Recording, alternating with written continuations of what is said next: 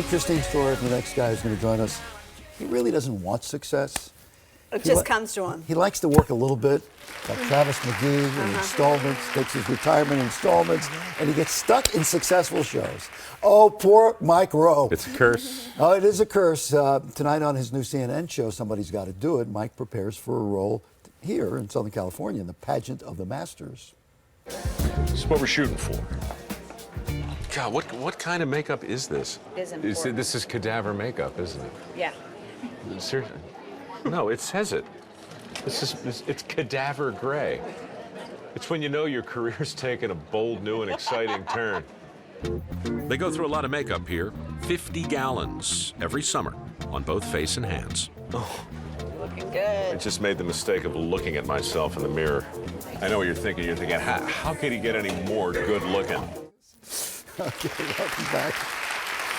Oh, Mike, what have you done? What have you done? Look, I said yes when I probably should have said no. I said no when I probably should have stayed in bed. Yeah. Way leads on the way. The next thing you know, there you are at the Pageant of the Masters, getting cadaver makeup applied. And in spite of yourself, you've become sort of an icon in this world. Oh, I don't yeah. know. I don't know. Please, icon. Thank you. Yes.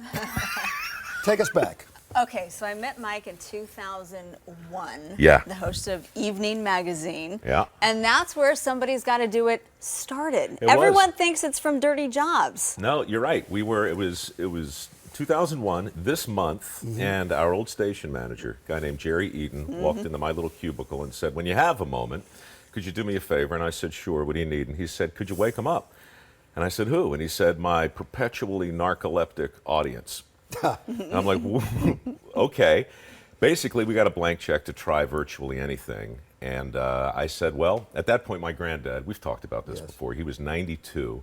And all his life, whenever he turned on the TV and saw me, it was doing something that was decidedly unwork related. He was a tradesman, built the house I was born in without a blueprint. He You got his hands dirty. Work is work. Yeah. Right. He just said, can I just please once see my grandson doing something besides singing in the opera or selling crap on QVC in the middle of the night? You know, can I just? And so the idea for Somebody's Got to Do It was to highlight real people doing real work or on some sort of quixotic mission. Spend the day with them and have a few laughs. You had no long-range goal with this thing. No, I mean, we were making the rent and having a few laughs. And really, we were trying to do TV without a second take. That was the idea. Right. It was Do so on a raw. show. It was so raw, and it was once a week. And you were a producer for she, by the way. Yes. I mean, I just have to say, I was kind of, sucking up in the green room a little bit, but you really do have the perfect mix of ambition, talent, and work ethic. Really, in this business, we've all seen it. Those things are almost never congruent. And she worked and worked and worked and bossed me around. Sassy. I did. It was fun. And you tried to get me not to work. Come on, let's go get a drink. I did, and occasionally I persuaded you. Yes, you did. You were successful at that as well. Thank you. Okay, now you. Yeah. I love to talk to you because you are like the reluctant, I don't want to say you want to be a slug in life, but you want to be a slug in life, right? I had a very specific form of arrogance in my fake career, right up until about the time I took that real job in San Francisco. Yes.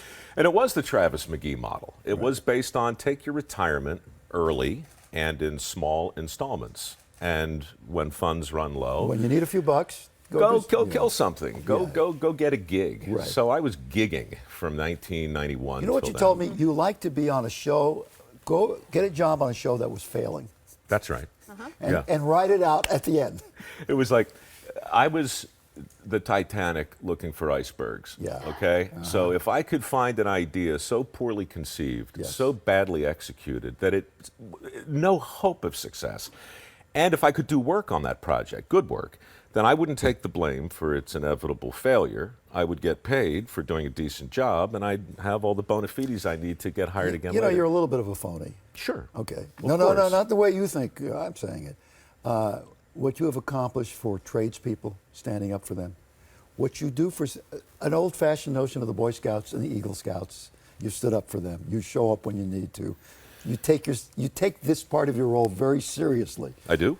Yes, you do. No, I do. Yeah. No, I thank you. Yeah. I do. But look, we used to laugh all the time. CBS paid me, CNN pays me, Discovery paid me, Ford paid me. But the reality is, you don't work for the people who pay you. You work for the people who watch.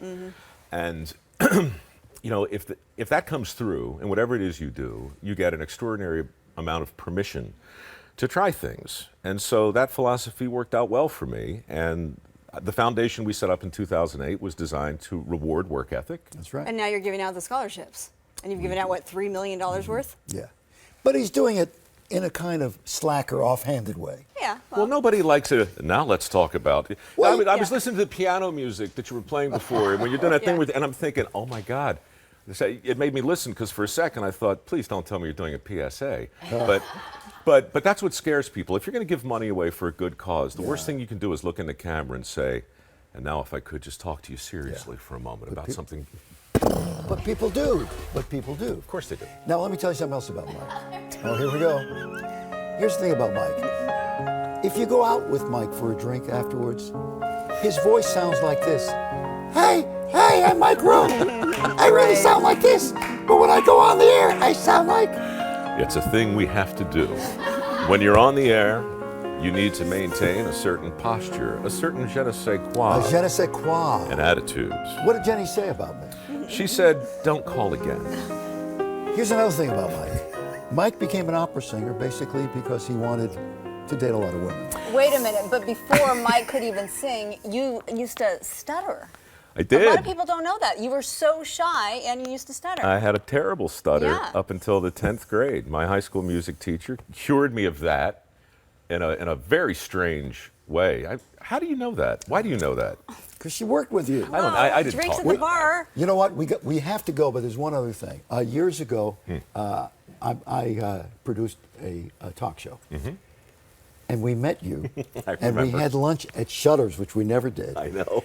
And we really liked this guy. We were really impressed with this guy. And he was so... I was such. I didn't know who you were, man. I didn't live. A lot down of people here.